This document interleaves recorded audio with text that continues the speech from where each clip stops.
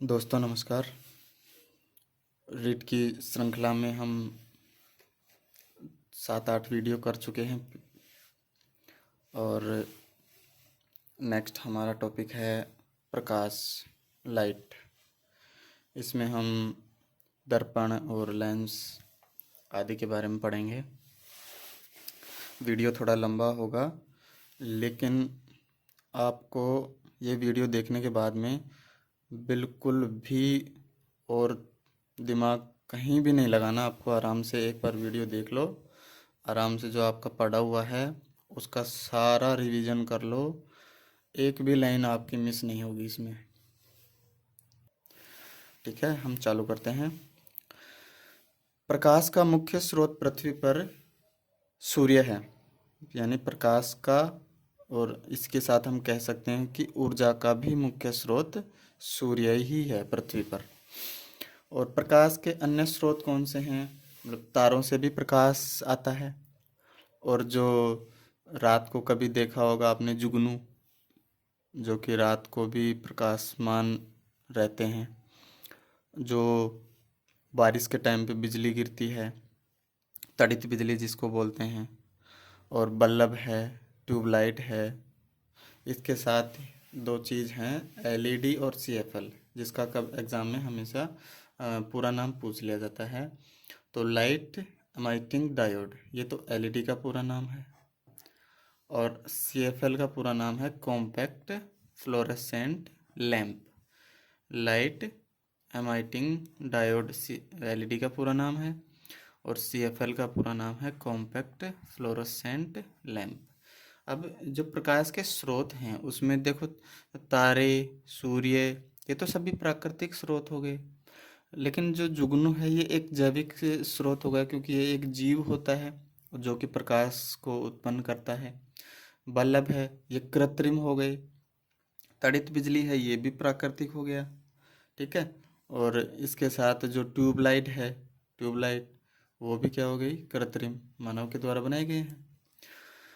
अब प्रकाश का दृश्य स्पेक्ट्रम 4000 एंगस्ट्रॉम से 8000 एंगस्ट्रॉम है। ये कहीं कहीं आपको इतना भी देखने को मिलता है, 4800 एंगस्ट्रॉम से 7200 एंगस्ट्रॉम, ये भी देखने को मिलता है। लेकिन मोस्टली इन्हीं के बीच में ये रहता है।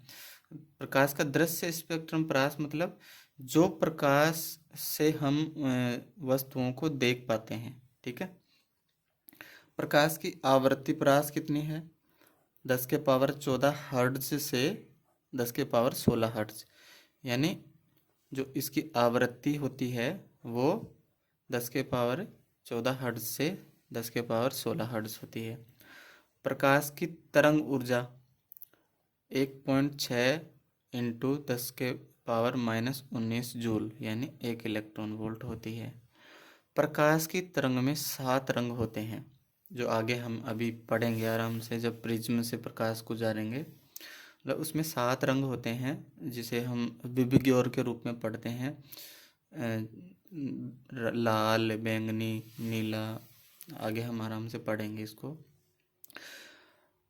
जब कोई प्रकाश किसी वस्तु पर गिरता है और वह वस्तु 7 रंग के प्रकाश को अवशोषित कर लेती है, तो वह वस्तु हमें काली दिखाई देती है। यानी जिस वस्तु के द्वारा सभी रंग के प्रकाश अवशोषित कर लिए जाते हैं, वह वस्तु हमें काली दिखाई देती है।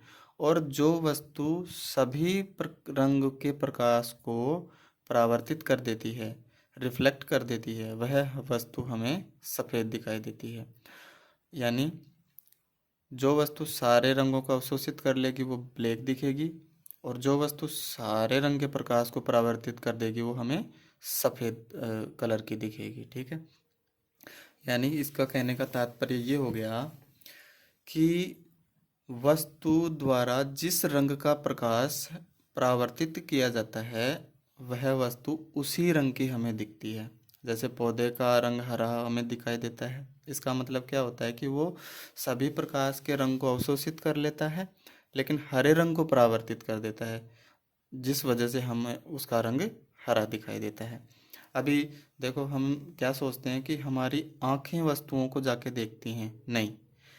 प्रकाश जब आँखों पर आता है तब हमें वस्तुएं दिखाई देती है, यानी प्रकाश की उपस्थिति में ही हम वस्तुओं को देख पाएंगे, अन्यथा हम वस्तुओं को नहीं देख पाएंगे। ठीक है। हमारी आँखें वस्तुओं को प्रकाश की उपस्थिति में ही देख पाती हैं। प्रकाश का वेग भिन्न भिन्न माध्यमों में भिन्न भिन्न होता है। ठीक है। जैसे कि हम बात करेंगे, माध्यम का मतलब हो गया जैसे कि पानी में, कांच में, जो हीरा होता है इसमें, यानी अलग अलग माध्यमों में प्रकाश का वेग भी अलग अलग होता है। विरल माध्यम में प्रकाश का वेग अधिक होता है और सघन माध्यम में प्रकाश का वेग कम होता है।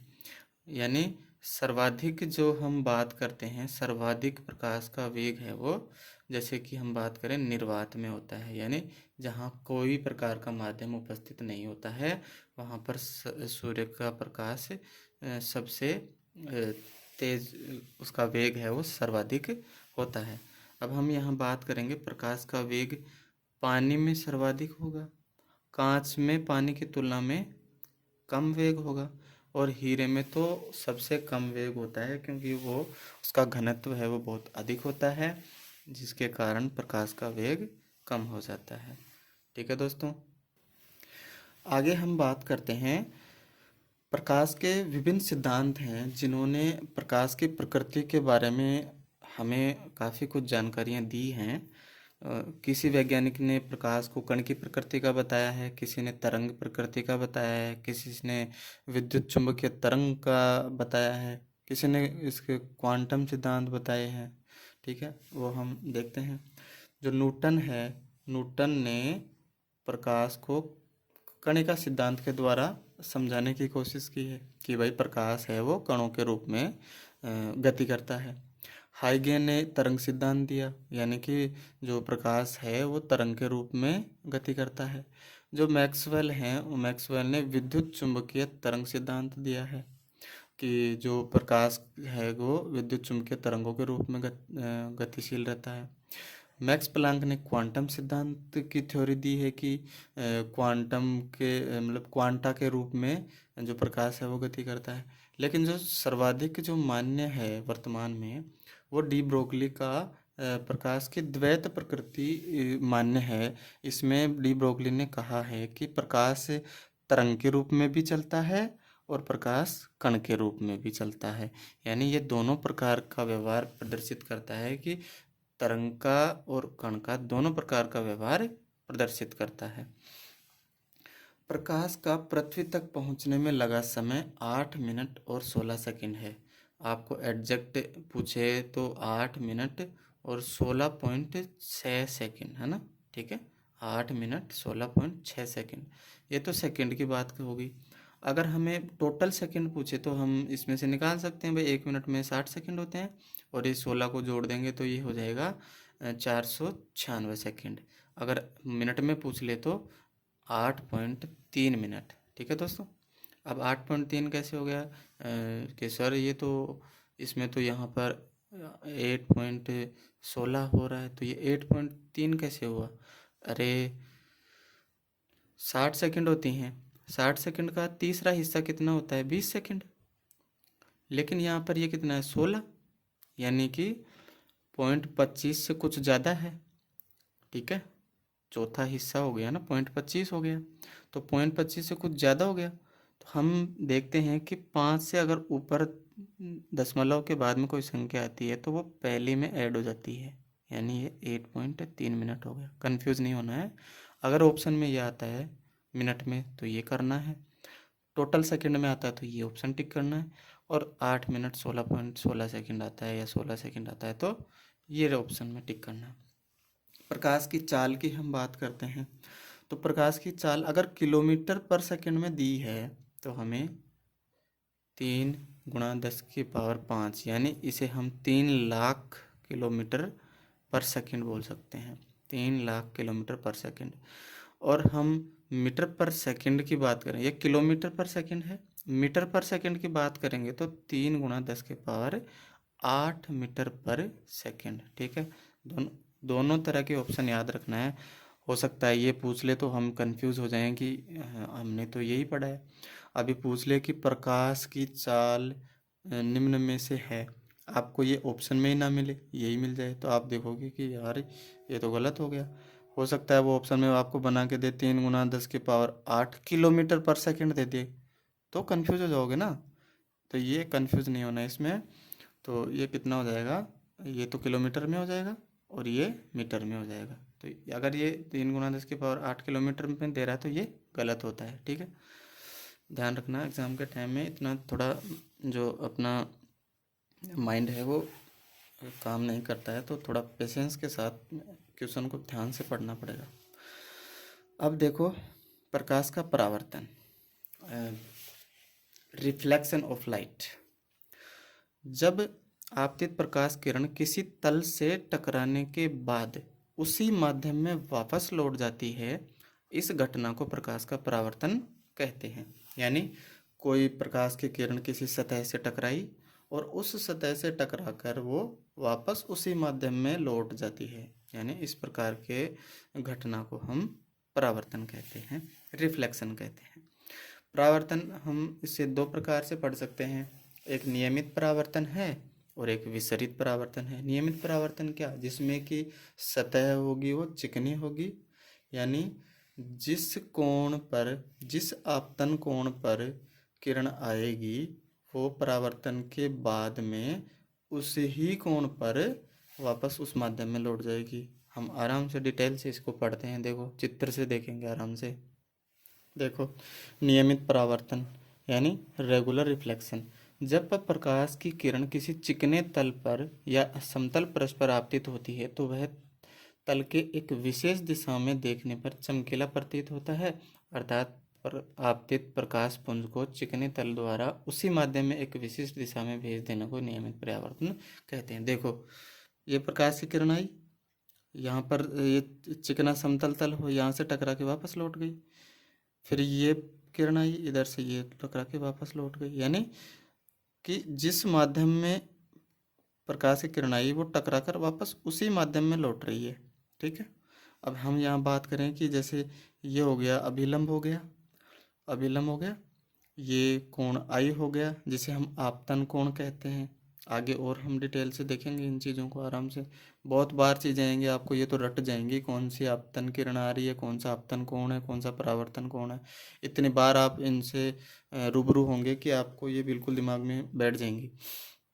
फिलहाल इतना ही ध्यान रखो कि नियमित परावर्तन के लिए जो सतह है वो बिल्कुल प्लेन चाहिए, जिसे हम यहाँ हम दर्पण की जहाँ बात कर सकते हैं कि दर्पण है वो बिल्कुल नियमित परावर्तन के अंतर्गत आता है।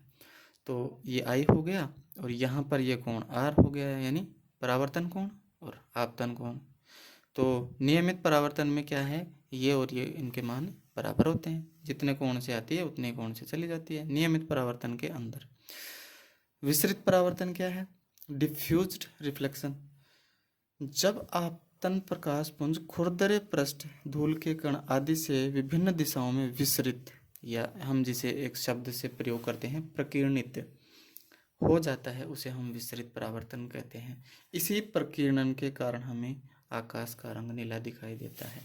ठीक है, क्योंकि जो 7 रंग का प्रकाश गिरता है वो धूल के कण आदि से टकराकर जो सर्वाधिक है वो नीले रंग का जो प्रकाश है ना वो परावर्तित होता है। ठीक है, इस वजह से हमें प्रकाश आकाश का जो रंग है वो नीला दिखाई देता है। अगर हम वातावरण को छोड़कर पृथ्वी के वातावरण से ऊपर जाकर हम आकाश को देखेंगे तो वो आकाश बिल्कुल अंधकार दिखेगा, वो बिल्कुल भी आपको नीला नहीं दिखेगा।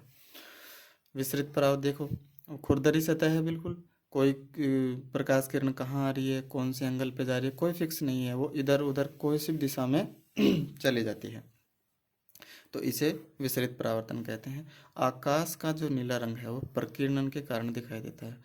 थोड़ा सा इसे ध्यान रखना, ऑप्शन में आता है परावर्तन, अपवर्तन और प्रकीर्णन, तो हमें ये प्रकीर्णन वाला करना है। अगर ये शब्द नहीं आता है तो विभिन्न दिशाओं में विसरित, ये शब्द आपको देखने को मिलेगा। या फिर ये ही 99% आपको ये मिलता है। अगर ये मिल जाता है तो भी कंफ्यूज होने की ज़रूरत नहीं है। ये विभिन्न दिशाओं में विसरित हो रहा था, जिसको हम प्रकीर्णित ही कहते हैं। ठीक है दोस्तों, देखो हम अभी बात कर रहे थे नीले रंग की तरंग सर्वाधिक विसरित होती है यानी प्रकीर्णित होती है, जिससे आकाश का रंग हमें नीला दिखाई देता है।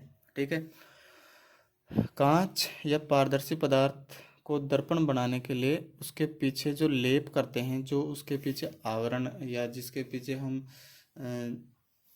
एक ऐसे पदार्थ का लेपन कर देते हैं जो जिसकी वजह से वो दर्पण का कार्य करे, तो हम एक तो चांदी का लेप करते हैं और दूसरा हम है उसे एल्यूमिनियम की परत का लेप कर देते हैं। यानी उस पर चांदी का लेप चढ़ा देते हैं या फिर उस पर एल्यूमिनियम की परत चढ़ा देते हैं, जिसके बाद वो दर्पण का कार्य करता है। यानी हम सीधी सीधी बात कहें तो कांच के एक सतह पर हम चांदी या एल्यूमिनियम का लेप कर देंगे तो वो कांच दर्पण का कार्य करेगा। ठीक है, अब परावर्तन के जो परावर्तन के लिए जो पदार्थ है वो हम सबसे ज़्यादा दर्पण पर काम में लेते हैं।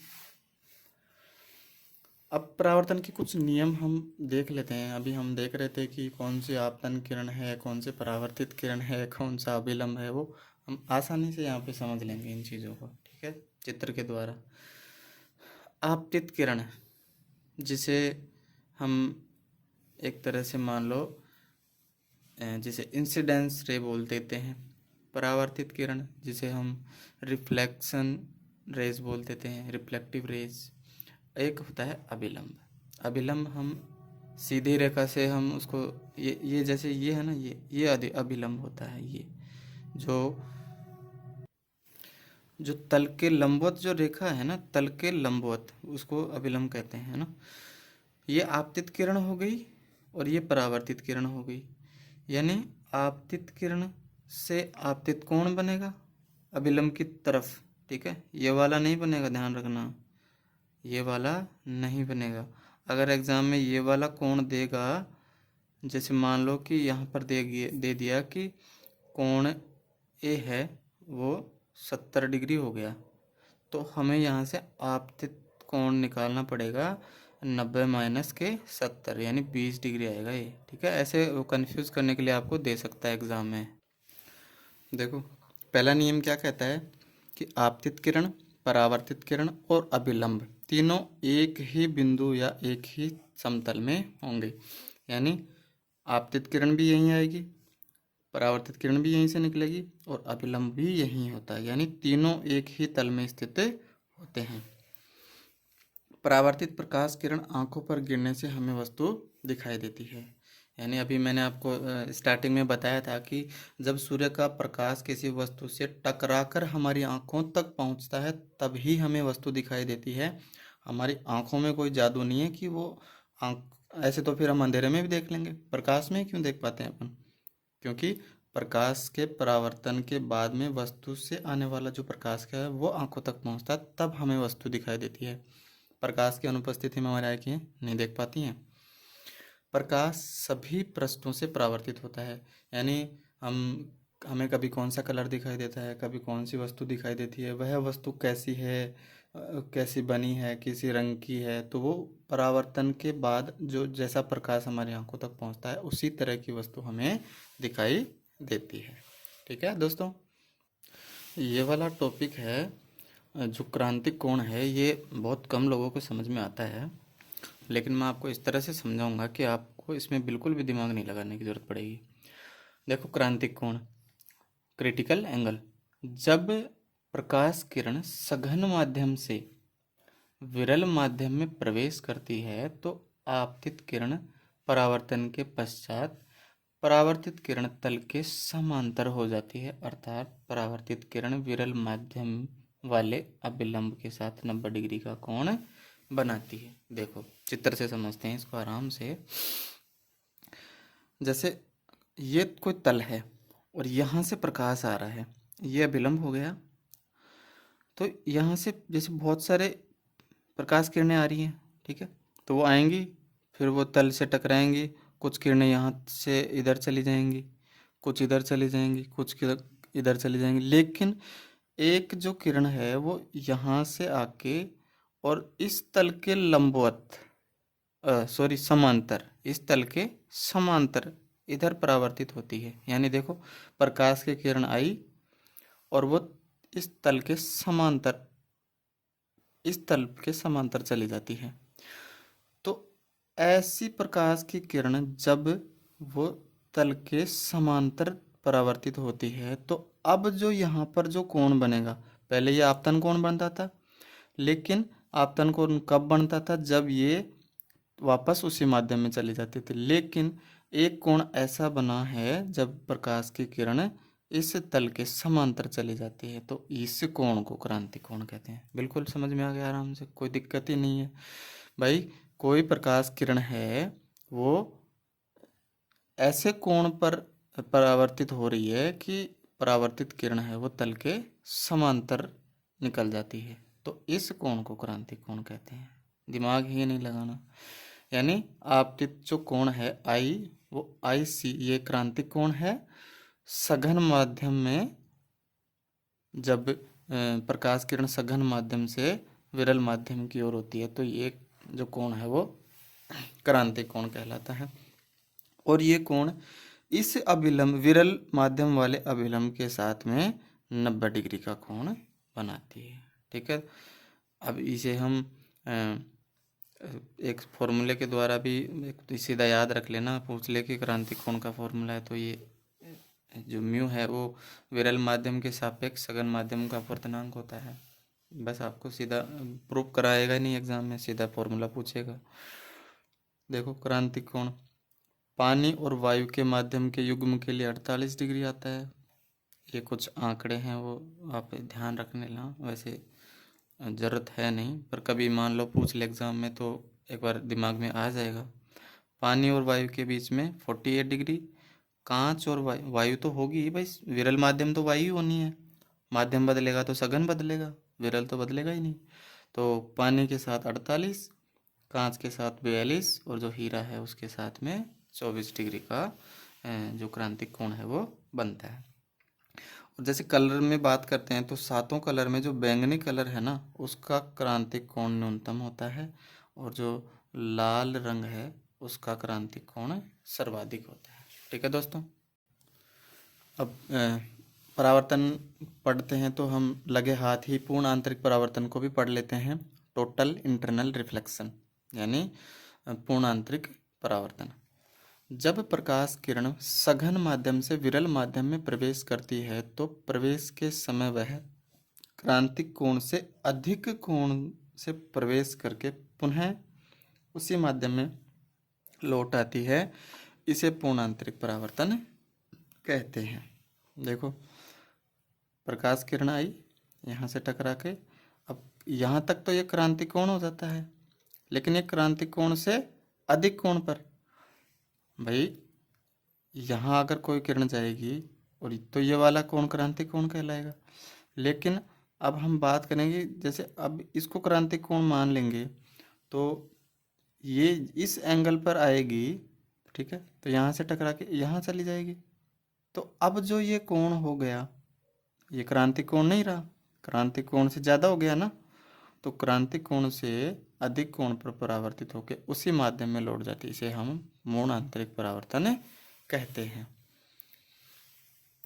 प्रकाश की किरण सघन से विरल माध्यम में प्रवेश करनी चाहिए। यह इसकी पूर्ण आंतरिक परावर्तन की शर्त है कि प्रकाश किरण है वो सघन से विरल में प्रवेश करनी चाहिए, और जो आई का मान है वो आई सी से अधिक होना चाहिए। यानी आपतन कोण का मान, यहाँ मैंने बात की है अभी, आपतन कोण का मान क्रांतिक कोण से अधिक होना चाहिए। ये आपतन कोण है, ये क्रांतिक कोण है, इसका मान अधिक होगा क्रांतिक कोण से, तभी पूर्ण आंतरिक परावर्तन होगा, नहीं तो नहीं होगा। पूर्ण आंतरिक परावर्तन से होने वाली जो घटनाएं हैं, आपको सीधा एग्जाम में क्वेश्चन देगा, हीरे का चमकने का कारण है, ऑप्शन में मिलेगा पूर्ण आंतरिक परावर्तन। इंद्रधनुष का बनना है, पूर्ण आंतरिक परावर्तन। पानी में वायु के बुलबुले का चमकना है, पूर्ण आंतरिक परावर्तन। कांच में हुई जो दरार है वो चमकती है। कभी कभी हम देखते हैं कि हमारे फ़ोन का जो ग्लास टूट जाता है, उसमें रेसे बन जाते हैं, मतलब धारियाँ बन जाती हैं, वो टूट जाता है, तो हम वैसे नॉर्मली नहीं दिखती, लेकिन हम उसको तिरछा वगैरह से कुछ करते हैं तो वो बिल्कुल जो दरार है वो चमकीली दिखाई देती है, वो भी पूर्णांतरिक परावर्तन से दिखती है। रेगिस्तान में मृगमरीचिका, यानी कि दूर से देखने पर हमें ऐसा लगता है कि वहाँ पानी का तालाब है, ऐसे मतलब दिखाई देता है, वहाँ एक्चुअल में वो होता नहीं है, इसलिए इसको मृगमरीचिका कहते हैं। तो ये भी पूर्णांतरिक परावर्तन के कारण है। प्रकाशिक तंतु से प्रकाश संचालित करना, जो ऑप्टिकल फाइबर जो काम करता है जिस सिद्धांत पे, वो भी पूर्णांतरिक परावर्तन है। एंडोस्कोपी, ये एक तरह की जो जांच होती है जिसमें कुछ प्रतिदीप्त बल्ब लगा के हमारे मुख से शरीर के अंगों तक उसको ले जाया जाता है, जो कि उसकी इमेज वहाँ से वो क्रिएट करता है, वो भी पूर्णांतरिक परावर्तन की वजह से ही हो पाता है। पानी की ऊपरी सतह का चमकना, ये भी पूर्णांतरिक परावर्तन है। उनमरीचिका, उनमरीचिका क्या है कि जैसे हम पानी की जहाज को, बड़े समंदर की बात कर रहे हैं, ऐसे छोटी मोटी नदियों में नहीं दिखेगा ये। बड़े समंदर में क्या है, हम क्षैतिज दिशा से मतलब जहाँ खड़े होते हैं वहाँ से देखते हैं ना, तो जो जहाज है वो पानी में ना दिख के हमें पानी से कुछ ऊपर दिखाई देता है, यानी एक्चुअल में वो पानी पर होता है लेकिन पानी से वो कुछ ऊपर हमें दिखाई देता है, इसे हम उनमरीचिका कहते हैं। इसका कारण भी क्या है, पूर्णांतरिक परावर्तन। तो ये 8-9 घटनाएं हैं, इन्हें ध्यान रखना, सीधा ऑप्शन में पूछ लेगा, ये रेखा चमकने का कारण है पूर्णांतरिक परावर्तन। यहाँ पर वो जो अपवर्तन वाले एग्जाम्पल है ना, वो आपको कंफ्यूज करेंगे, लेकिन उनसे आपको कंफ्यूजन नहीं होना है। सीधे पूर्णांतरिक परावर्तन के आपको ये घटनाएं दिखेंगी, ये रेखा चमकना, मतलब चमकने से संबंधित है वो सारी पूर्णांतरिक परावर्तन की घटनाएं होंगी, चमकने से संबंधित। ठीक है दोस्तों, यहाँ तक परावर्तन का काम कंप्लीट होता है। अब हम दर्पण के बारे में थोड़ा सा अध्ययन कर लेते हैं। समतल दर्पण, प्लेन मिरर, इसमें प्रतिबिंब हमेशा आभासी बनता है, दर्पण के पीछे बनता है। सिंपल दर्पण जिसमें हम चेहरा देखते हैं उसकी बात कर रहे हैं हम, ठीक है।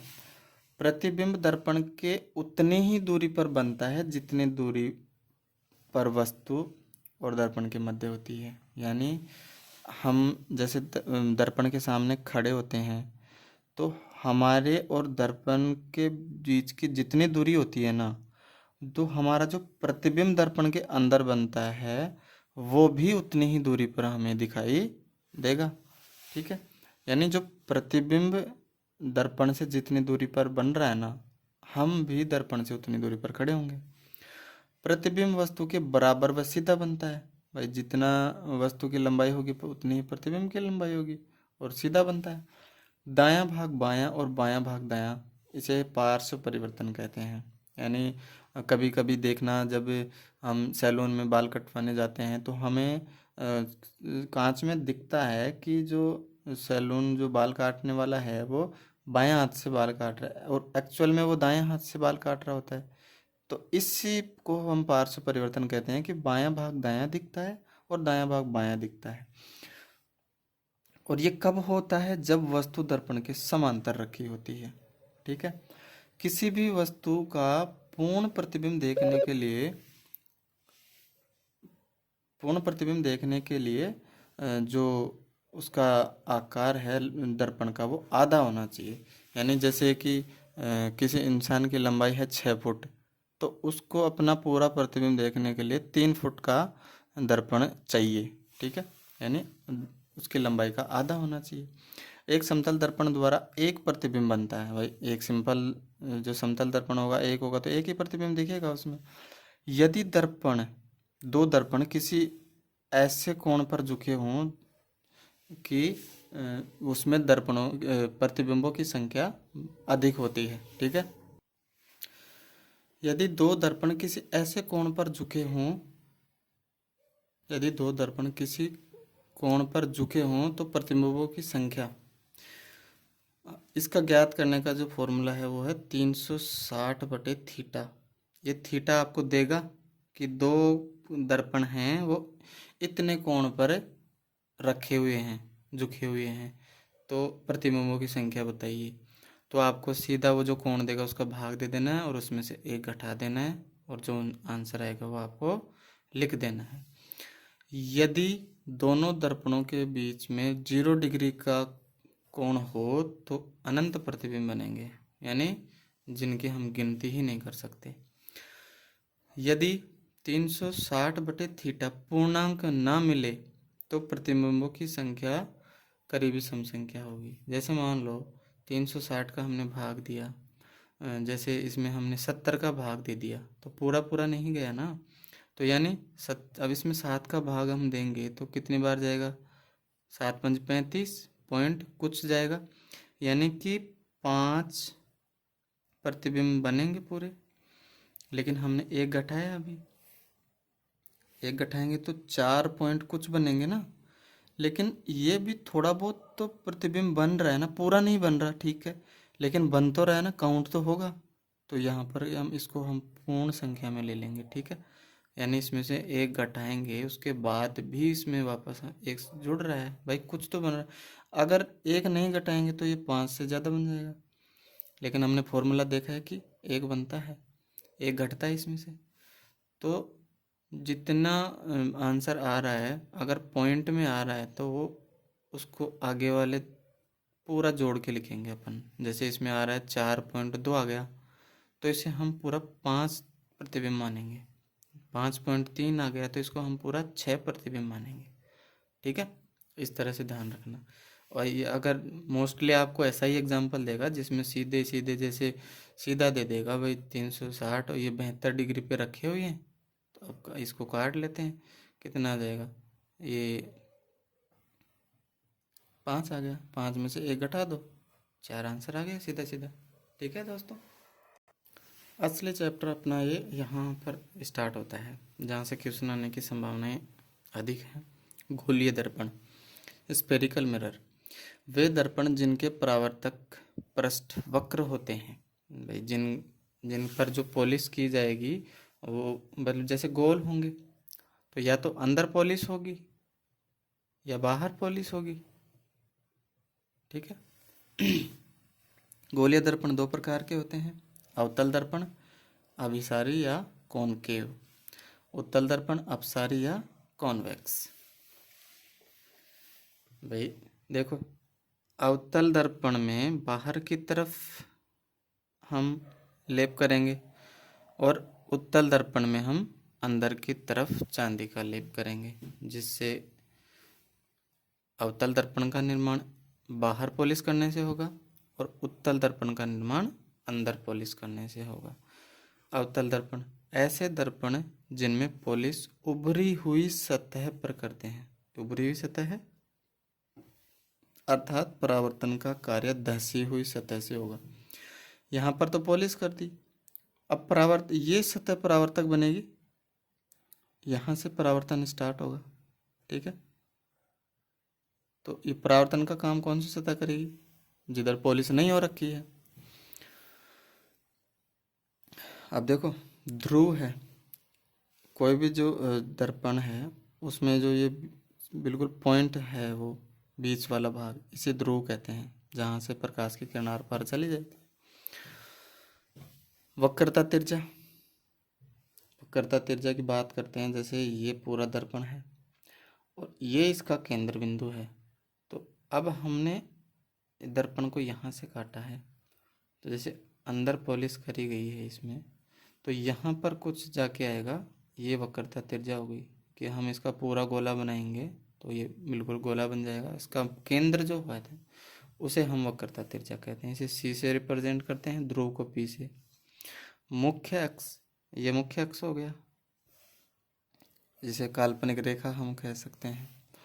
मुख्य फोकस, जहाँ पर प्रतिबिंब बनता है वो मुख्य फोकस हो गया। फोकस दूरी वक्रता तिर्जा की आधी, यहाँ पर वक्रता तिर्जा की आधी हो गई।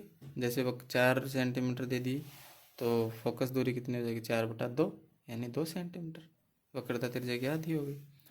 ये कुछ इसके परिभाषा है। अब देखो, आपको अब एक एक डायग्राम बनाऊंगा, वो थोड़ा मुश्किल हो जाएगा, यहाँ पर टाइम बहुत लग जाएगा, इतना टाइम है नहीं। आपको ऐसे ट्रिक बता रहा हूँ इस सारणी में, आपको बिल्कुल दिमाग नहीं लगाना, कौन सा प्रतिबिंब कहाँ बन रहा है, आप सीधे इस सारणी से दिमाग लगा लोगे। देखो, जो काम दर्पण में अवतल दर्पण करता है वो काम लेंस में उत्तल लेंस के द्वारा होता है। ये दोनों चीज़ें ध्यान रखना। जो काम दर्पण में अवतल दर्पण करता है वो काम लेंस में उत्तल लेंस होता है। सभी चीज़ें सेम मिलेंगी आपको, सभी चीज़ें।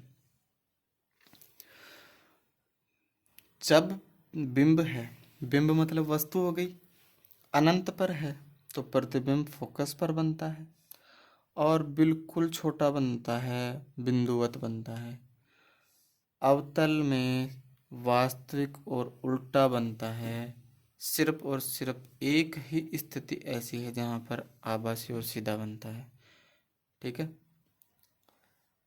बिल्कुल। और सभी जगह आपको वास्तविक और उल्टा मिलेगा। इस स्थिति के अलावा कोई भी स्थिति आपको पूछ ले उसमें वास्तविक और उल्टा बनेगा। अब हम यहाँ बात करेंगे, देखो जैसे कि ये दर्पण हो गया, यहाँ से हम बात कर रहे हैं, ये अनंत हो गया यहाँ से, तो अनंत पर अगर है तो वो फोकस पर बनेगा प्रतिबिंब, और वास्तविक और उल्टा बनेगा और बिंदुवत बनेगा, बिल्कुल बहुत छोटा बनेगा।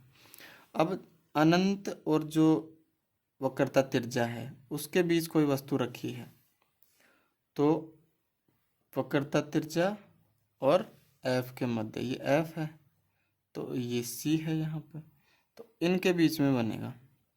ठीक है, और वस्तु से छोटा बनेगा, वास्तविक और उल्टा बनेगा। जब फोकस पर अगर वस्तु रखी है, इससे पहले वक्रता त्रिज्या, वक्रता केंद्र पर अगर वस्तु रखी है तो ये सी पर बनती है और वस्तु के बराबर बनेगी, वास्तविक और उल्टा। ये तो आपको रटने ही नहीं है, इसमें तो दिमाग ही नहीं लगाना। अवतल दर्पण पूछ रहा है, वास्तविक और उल्टा ही होगा, केवल एक स्थिति के अलावा।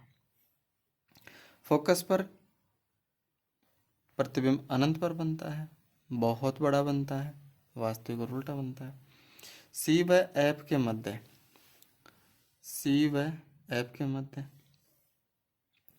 अनंत व सी के मध्य बनेगा, अनंत और सी के मध्य बन जाएगा।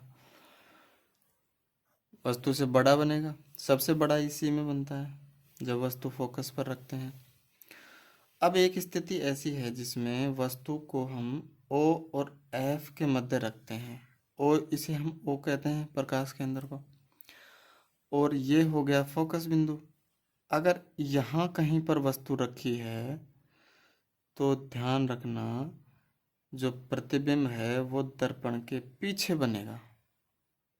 पीछे बन रहा है मतलब काल्पनिक बन रहा है, तो आभासी, काल्पनिक और सीधा, एक यही एक ऐसी स्थिति है, और इसमें वस्तु से बड़ा बनता है। एक यही ऐसी स्थिति है जिसमें आभासी और सीधा बनता है। उत्तल दर्पण में हम सिर्फ दो स्थिति पढ़ेंगे, सिर्फ दो स्थिति बनती हैं उसमें, और उसमें जो प्रतिबिंब की प्रकृति होती है वो आभासी और सीधी ही होती है, उसमें तो दिमाग ही नहीं लगाना। वास्तविक और उल्टा जहाँ भी लिखा गया है ना, आपको सीधा सीधा दिमाग लगाना ही नहीं है, अवतल दर्पण करना है। वास्तविक और उल्टा आ गया, अवतल दर्पण आ गया, अगर दर्पण की बात कर रहा है तो। ठीक है, एक स्थिति सिर्फ ये है जब भाई दर्पण के बहुत पास में वस्तु को रख देते हैं ना, तब जाके ये स्थिति उत्पन्न होती है। जैसे फोकस बिंदु से और प्रकाश केंद्र के बीच में कहीं वस्तु को रख देते हैं तो ये दर्पण के पीछे प्रतिबिंब बनेगा। ठीक है, तो वो आभासी और सीधा बनेगा और वस्तु से बड़ा बनेगा। देखो, उत्तल दर्पण में सिर्फ दो ऐसी स्थितियां बनेंगी। ऐसे दर्पण जिनमें पॉलिश धसी हुई सतह पर, धसी हुई सतह ये होगी, यहाँ पर पॉलिश होगी, और जो उभरी हुई सतह है ना वो परावर्तन का कार्य करेगी। इसमें सिर्फ दो स्थितियां हैं, या तो वस्तु है वो अनंत पर रखी होगी, या वस्तु जो दर्पण का ध्रुव है और अनंत है उसके मध्य होगी। भाई ये अनंत हो गया यहाँ पर, तो या तो यहाँ पर वस्तु रखी होगी अनंत पर, या फिर यहाँ से लेके यहाँ के बीच में कहीं वस्तु रखी होगी। दो ही स्थिति बन रही है ना। अवतल दर्पण की तरह इसमें 6 स्थितियां नहीं बनती हैं, सिर्फ 2 ही स्थितियां बनती हैं। अगर अनंत पर वस्तु है तो फोकस पर प्रतिबिंब बनेगा और बिंदुवत बनेगा, बिल्कुल छोटा, और आभासी और सीधा बनेगा। आभासी और सीधा उत्तल दर्पण की निशानी है। केवल एक स्थिति में अवतल दर्पण पर बनती है, जब वस्तु बहुत पास में रखी हो, यानी प्रकाश केंद्र और फोकस के बीच में रखी है, तब जाके आभासी और सीधा वहाँ बनता है, अन्यथा आभासी और सीधा उत्तल दर्पण में बनता है। दर्पण के ध्रुव और अनंत के मध्य रखी है, तो ध्रुव और फोकस के बीच में यानी दर्पण के पीछे प्रतिबिंब बनता है और छोटा बनता है, आभासी और सीधा बनता है। ये यहाँ पर सिर्फ 2 स्थितियाँ आपको ध्यान रखनी है। जो काम दर्पण में उत्तल दर्पण का है, वो काम लेंस में अवतल लेंस काम करता है। ठीक है, आगे पढ़ेंगे आराम से, कोई दिक्कत नहीं है। आपको दर्पण का सूत्र सीधा सीधा ध्यान रखना है। 1/F बराबर 1/V plus 1/U। F focus है, फोकस दूरी। V क्या है, प्रतिबिंब की दूरी। U क्या है, वस्तु की दूरी या बिंब की दूरी। देखो F है ध्रुव से फोकस, दूरियां हमेशा सभी ध्रुव से ही लेते हैं अपन। V क्या है, प्रतिबिंब की दूरी, और U क्या है, बिंब की दूरी। और जो फोकस दूरी है वो R/2 यानी जो वक्रता त्रिज्या है उसकी आधी होती है। ठीक है, अब एक चिन्ह परिपाटी नियम पढ़ते हैं अपन। इसमें आपको वैसे मेरे हिसाब से ज़्यादा दिमाग लगाना नहीं चाहिए।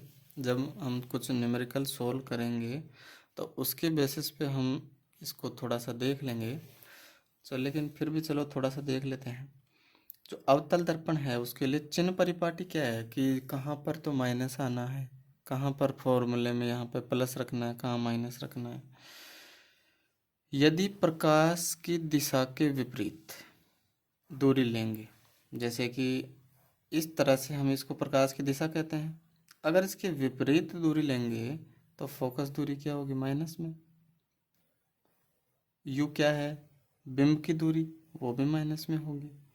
और जो प्रतिबिंब की दूरी है, अगर वास्तविक प्रतिबिंब बन रहा है, वास्तविक प्रतिबिंब कौन सी स्थिति में बनता है, सिर्फ अवतल लेंस में, अवतल दर्पण में। और आभासी कहाँ बनता है, उत्तल में। तो वास्तविक होगा तो नेगेटिव लेंगे और आभासी होगा तो पॉजिटिव लेंगे। R नेगेटिव होता है, अवतल दर्पण की बात कर रहे हैं। और उत्तल दर्पण में क्या है, F तो पॉजिटिव, और जो बिंब की दूरी है वो यानी वस्तु की दूरी है वो नेगेटिव। यहाँ पर आभासी में भी पॉजिटिव लेंगे और जो वक्रता त्रिज्या है वो पॉजिटिव आती है। ठीक है दोस्तों, आवर्धन क्षमता। आवर्धन क्षमता का सूत्र है m बराबर प्रतिबिंब की ऊंचाई, यानी प्रतिबिंब हम v से लिखते थे, और बिंब की ऊंचाई जिसे हम u से लिखते थे, ये माइनस में आता है इसमें। ठीक है, दर्पण में माइनस में आता है। अब देखो हम कुछ न्यूमेरिकल कर लेते हैं इस पे आधारित। एक व्यक्ति का चेहरा सेविंग दर्पण से 20 सेंटीमीटर दूर है और उसकी फोकस दूरी 80 सेंटीमीटर है, तो बिंब की दूरी ज्ञात करो। ठीक है, अब देखो व्यक्ति सेविंग दर्पण, हमने अभी बात की थी कि उसमें जो सेविंग दर्पण है वो अवतल होता है। जो सैलून में जो दर्पण लगे होते हैं वो सभी अवतल दर्पण होते हैं। और अवतल दर्पण के लिए हमने बात की थी कि जो वस्तु है यानी जो बिंब है ना, बिंब की दूरी उसे हम U से लिखते हैं, और प्रतिबिंब की हमें यानी V हमें पूछ रहा है, और F हमें दे रखा है और U भी दे रखा है। U कितना हो गया 20 सेंटीमीटर, F कितना है दे रखा है अपने को 80 सेंटीमीटर, लेकिन F माइनस में होता है, अवतल दर्पण की बात कर रहे हैं, -80 हो गया। यू भी इसमें माइनस में होता है, यानी -20 सेंटीमीटर हो गया। और वी हमें पूछ रहा है, तो हमने अभी बात की थी, फॉर्मूला क्या होता है, 1/f बराबर 1/v प्लस 1/u। ये हमें पूछ रहा है तो इसको अलग इधर ले आओ।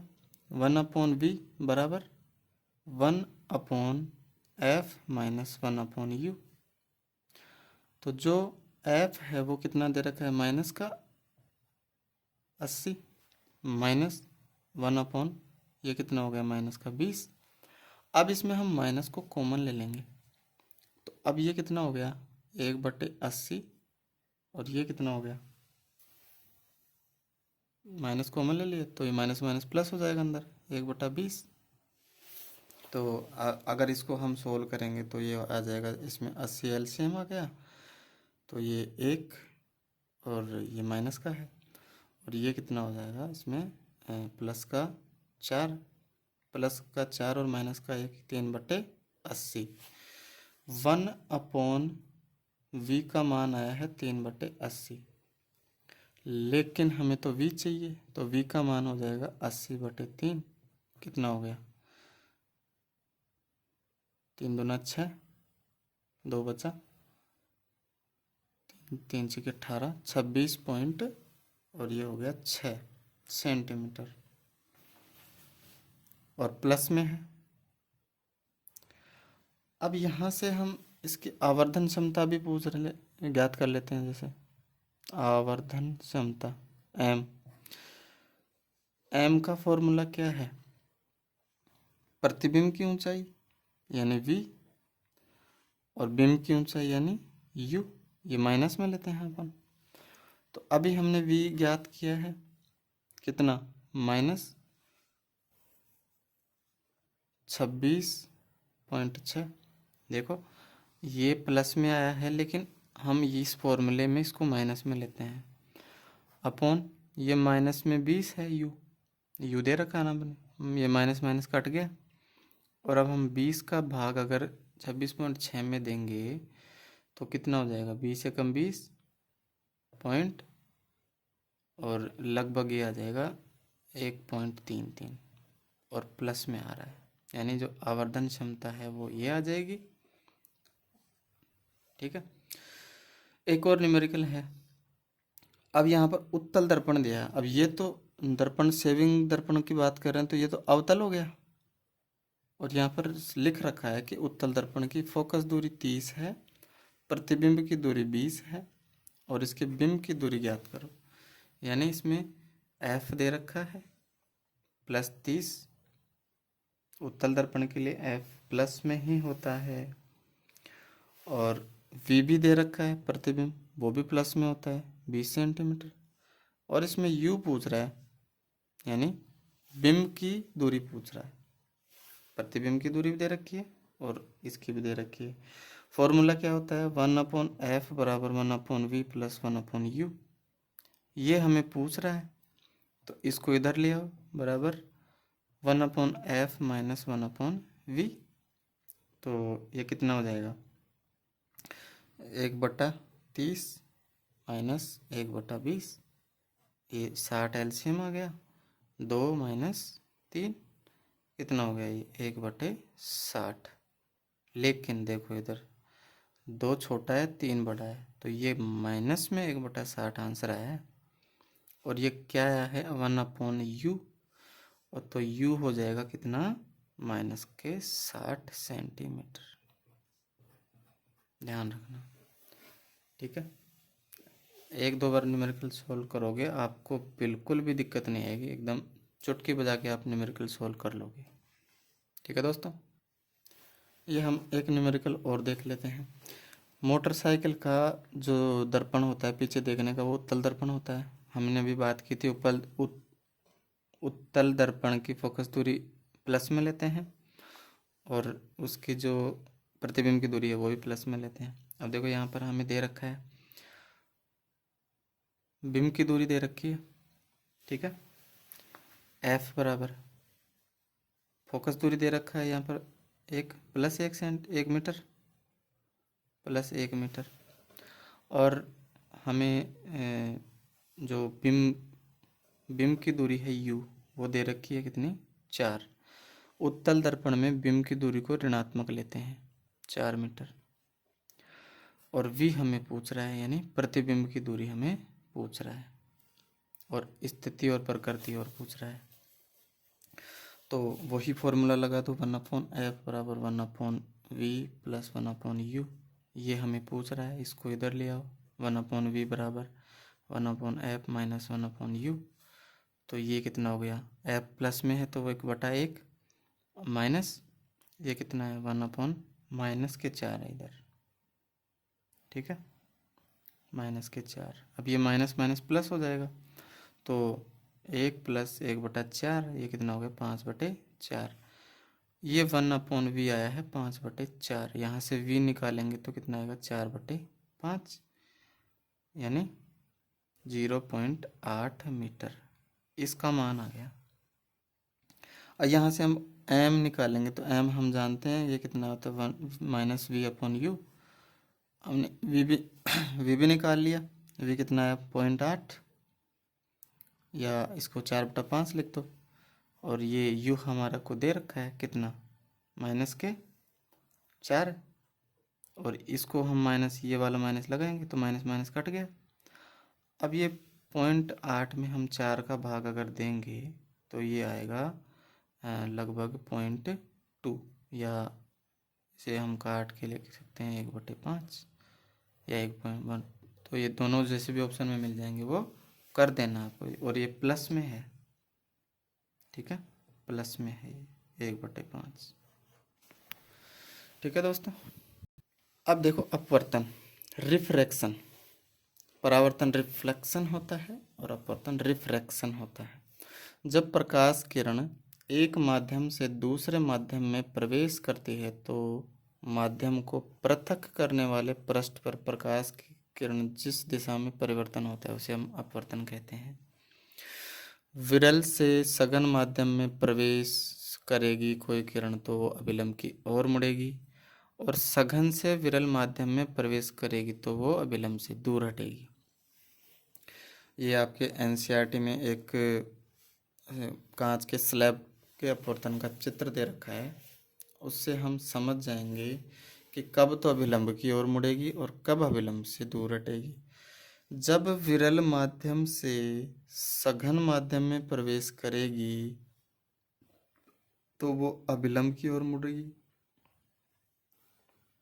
अभिलंब यही है ना, जाना तो इसको इधर चाहिए था, लेकिन ये सघन माध्यम में प्रवेश कर रही है, इसकी वजह से ये अभिलंब की ओर झुक गई।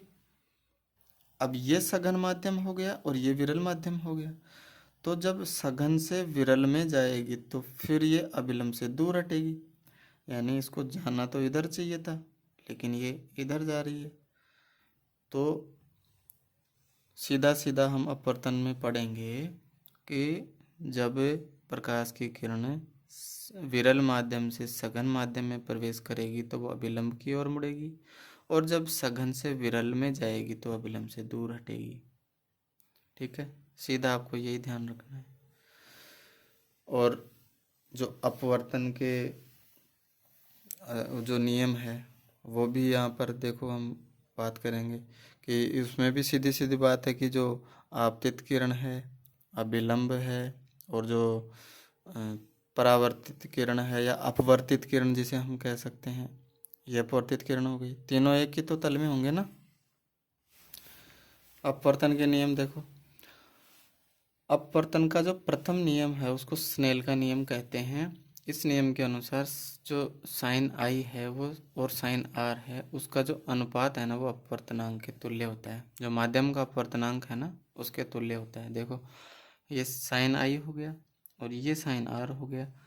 इसका जो माध्यम का अपवर्तनांक है वो μ1 है, और जो माध्यम 2 का अपवर्तनांक है वो μ2 है।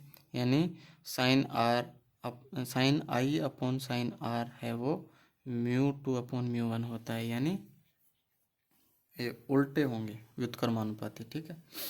इसे हम एक इस फॉर्मूले से भी देखते हैं कि μ2 इस 2 का मतलब है कि वस्तु एक माध्यम एक के सापेक्ष माध्यम दूसरे का अपवर्तनांक है, इसे ये मत पढ़ना कि 2 के सापेक्ष 1 है, नहीं, इस 1 के सापेक्ष इस दूसरी वस्तु का, तो ये sine i upon sine r है, ये इसका अनुपात है। आपतित किरण, अपवर्तित किरण और अभिलंब तीनों एक ही तल में स्थित होते हैं। अब जो अभी हमने पहले परावर्तन से संबंधित घटनाएं देखी थी, अब अपवर्तन से संबंधित घटनाएं देखते हैं। तारों का टिमटिमाना है, तारों का टिमटिमाना अपवर्तन की वजह से होता है। जैसे हमने अभी अपवर्तन देखा था कि एक माध्यम से वस्तु दूसरे माध्यम सघन से विरल में प्रवेश करती है, तो जब तारों का जो प्रकाश पृथ्वी तक पहुंचता है वो पता नहीं कितने माध्यमों में आके और फिर पृथ्वी तक पहुंचता है, तो इसलिए वो अपवर्तन होते होते इतनी बार अपवर्तन होता है उसमें कि वो तारा हमें चमकता हुआ दिखाई देता है। सूर्योदय के 2 मिनट पहले और सूर्यास्त के 2 मिनट बाद तक हमें सूर्य दिखाई देता है, यानी सूर्योदय होने से 2 मिनट पहले ही हमें सूर्य दिखाई दे जाता है। किस वजह से? अपवर्तन की वजह से। और सूर्यास्त हो जाने के 2 मिनट बाद तक हमें सूर्य दिखाई देता है, वो भी किस वजह से? अपवर्तन की वजह से। पानी के बर्तन में छड़ का मुड़ा हुआ दिखाई देना, यानी पानी में जो छड़ डूबी होती है वो हमें पानी की सतह से नीचे जस्ट मुड़ी हुई दिखाई देती है, वो भी अपवर्तन की वजह से। पानी में पड़ा सिक्का ऊपर उठाई दे, जैसे पेंदे में कोई सिक्का रखा है पानी में, वो हमें पेंदे से कुछ ऊपर उठा हुआ दिखाई देता है, वो भी अपवर्तन की वजह से देता है। तो और हमें जैसे कोई भी उसमें पात्र में हम पानी भर देते हैं तो उस पात्र का जो पेंदा है वो भी हमें ऊपर उठा हुआ दिखाई देगा, वो भी अपवर्तन की वजह से। जैसे हम पानी से भरे बर्तन में हम नींबू डाल देते हैं, वो नींबू भी वास्तविक आकार से हमें मोटा दिखाई देता है, वो भी अपवर्तन का उदाहरण है। तो ऐसे बहुत सारे उदाहरण हैं, या आपके कुछ उदाहरण जो मैंने आपके लिखे हैं वो एग्जाम में पूछेंगे ऐसे कैसे। अब हम थोड़ा सा देखते हैं कि जो सर्वाधिक अपवर्तनांक वाला जो रंग है ना वो तो बैंगनी है, और सबसे कम अपवर्तनांक वाला रंग है वो लाल है। और यहाँ पर कुछ आपके एनसीईआरटी में आंकड़े दे रखे हैं कौन से पदार्थ के कौन सा अपवर्तनांक है। निर्वात का अपवर्तनांक 1 होता है, वायु का 1.0003303, पानी का 1.33, केरोसिन का 1.4, कांच का 1.5। कांच का ध्यान रखना है, पानी का ध्यान रखना है, वायु का याद रह ही जाएगा। एक आपको हीरे का ध्यान रखना है, हीरे का होता है 2.42, और ये कार्बन डाइसल्फाइड है, इसका 1.4 है। ये तारपीन और ग्लिसरीन का बराबर होता है 1.47। ठीक है दोस्तों, यहाँ पर हम वर्ण विक्षेपण के बारे में देखेंगे। ये क्या है? ये प्रिज्म है। एक प्रकाश की पुंजाई वो प्रिज्म में प्रवेश करके वो 7 रंगों में विभाजित हो गई। इसे हम VIBGYOR विबग्योर से हम इसको पढ़ते हैं। वी का मतलब violet, indigo, blue, green, yellow, orange और रेड, या जिसे हिंदी में पढ़ो तो बेजानी पीनाला। ठीक है, तो पानी का जो अपवर्तनांक हमने पढ़ा अभी 1.33, कांच का अपवर्तनांक पढ़ा वो 1.55। तो पानी के सापेक्ष कांच का अपवर्तनांक पूछ ले, दोनों दे दिए। अभी हमने वो पढ़ा था 2 1 बराबर sine i upon sine r. तो माध्यम 1 के सापेक्ष माध्यम 2 का, तो पानी के सापेक्ष कांच का दे रखा है कितना 1 इसका कांच का 1.5 और पानी का कितना 1.33। तो अब इसको हम निकालेंगे तो कुछ 1.2 के आसपास आंसर आएगा। तो ये इसका पानी के सापेक्ष कांच का अपवर्तनांक हो जाएगा। गोलीय लेंस, दर्पण पढ़ लिए। अब जैसे दर्पण 2 प्रकार के थे वैसे ही लेंस भी 2 प्रकार के हैं, उत्तल लेंस कॉन्वेक्स और अवतल लेंस यानी कॉनकेव लेंस। अब उत्तल जो लेंस है किनारों पर पतले बीच में मोटे होते हैं, इस तरह से किनारों पर पतले हैं बीच में मोटे हैं। समांतर आने वाली प्रकाश किरण को एक स्थान पर ये फोकसित कर देते हैं। जैसे ये है, यहाँ से इस प्रकार से प्रकाश आ रहा है तो ये इस प्रकार से इसको एक जगह पर फोकस कर देंगे। ये 3 प्रकार के होते हैं, उभयोत्तल, उभय उत्तल दोनों तरफ के उभरी हुई। समतल उत्तल, एक तरफ समतल और एक तरफ उत्तल, समतल उत्तल। एक तरफ अवतल हो गई और दूसरी तरफ उत्तल हो गई उसी साइड में, ये अवतल उत्तल हो गया। यानी 3 प्रकार के हो गए उत्तल लेंस। अवतल लेंस भी इसी प्रकार से 3 प्रकार के होते हैं। किनारों पर ये मोटे होते हैं और बीच में पतले होते हैं। इस प्रकार से ये भी 3 प्रकार के हो गए। ये उभयावतल हो गया, दोनों तरफ अवतल। एक तरफ समतल है, दूसरी तरफ अवतल है, तो समतलावतल हो गया। एक तरफ ये उत्तल है और दूसरी तरफ ये अवतल है, तो ये उत्तलावतल हो गया। ठीक है, वैसे आपके एनसीईआरटी में दे रखा था इसलिए मैंने बता दिया, बाकी इनका इतना वो है नहीं।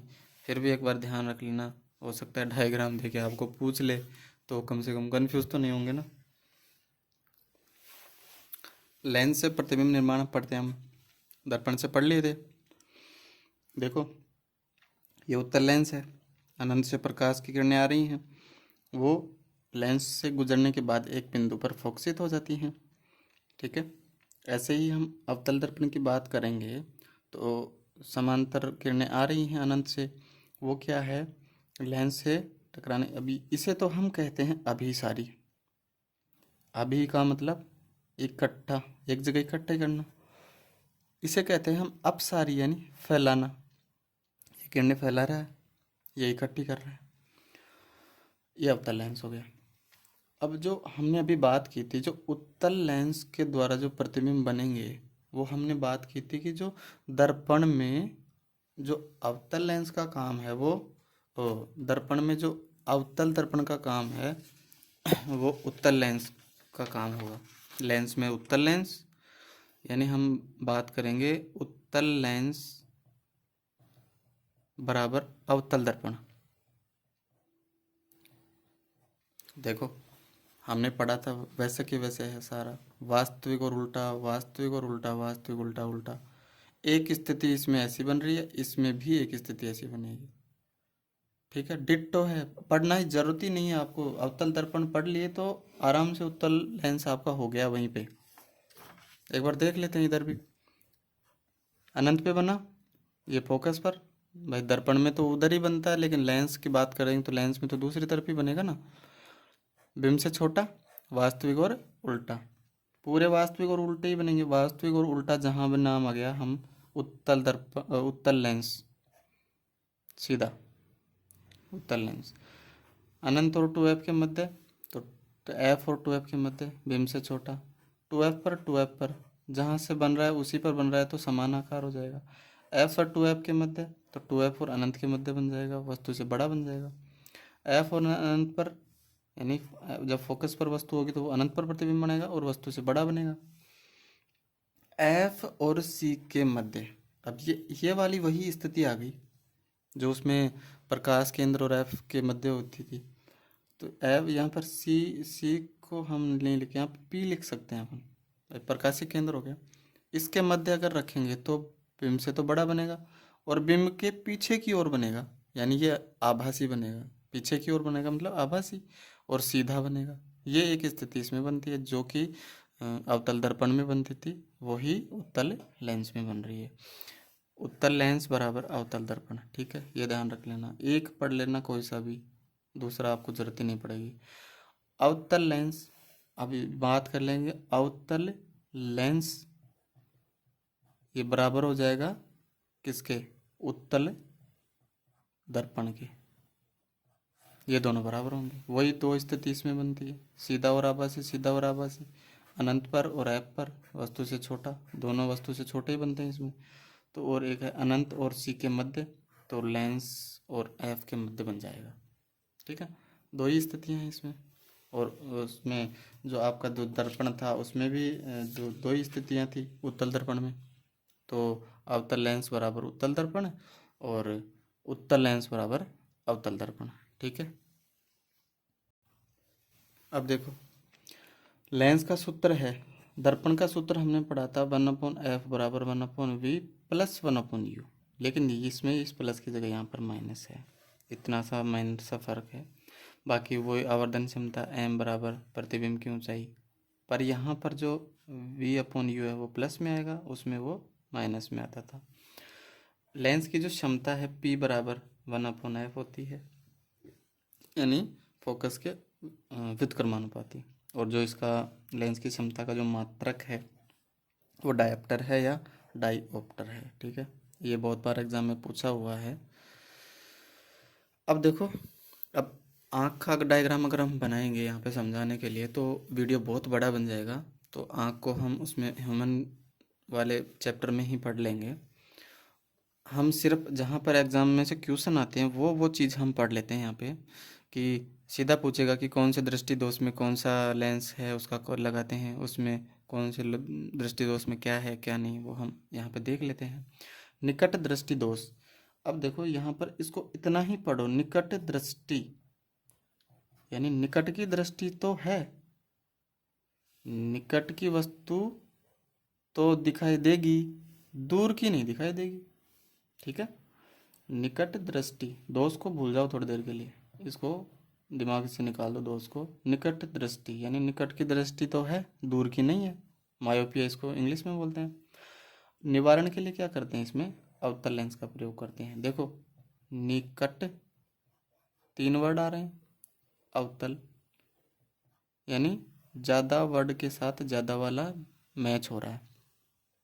दूर की बात करेंगे, दूर दृष्टि, उसके लिए उत्तल लेंस का प्रयोग करेंगे। देखो इसमें 2 वर्ड हैं, इसमें 3 है, यानी कम के साथ कम वर्ड वाला, ज़्यादा वर्ड वाला के साथ ज़्यादा वर्ड वाला। निकट की दृष्टि दिखाई वस्तु दिखाई देगी, दूर की नहीं देगी। निवारण के लिए हम अवतल लेंस का प्रयोग करेंगे, यानी जो उसमें लेंस लगाते हैं, चश्मा लगाते हैं, वो अवतल लेंस का लगाएंगे, तब जाके वो जो दूर की वस्तु दिखाई देगी। दूर दृष्टि यानी दूर की दृष्टि तो है पर निकट की नहीं है, तो इसके निवारण के लिए क्या करेंगे, उत्तल लेंस, यानी दूर कम शब्द वाले के साथ कम शब्द वाला, अधिक शब्द वाले के साथ अधिक शब्द वाला। ठीक है, ऐसे ट्रिक हो गया, आराम से आपको याद रखने की जरूरत ही नहीं है। जरा दृष्टि दोष, दूर और पास दोनों की वस्तुएं स्पष्ट दिखाई नहीं देती हैं, तो दूर वाले के साथ यानी ऊपर, निवारण के लिए देखो ऊपर कौन सा, ऊपर में ज़्यादा वर्ड हो गए अवतल, नीचे में कम वर्ड हो गए ये उत्तल। कम वर्ड वाला के साथ, अधिक वर्ड वाला अधिक वर्ड वाले के साथ। दिमाग लगाना ही नहीं है आपको, सीधा बस आराम से। दृष्टि वैमनस्य दोष, एस्टिग्मेटिज्म, और ये है प्रेस बायोपिया, जो दृष्टि दोष है जिसमें, और ये इसका हाइपर मेट्रोपिया है।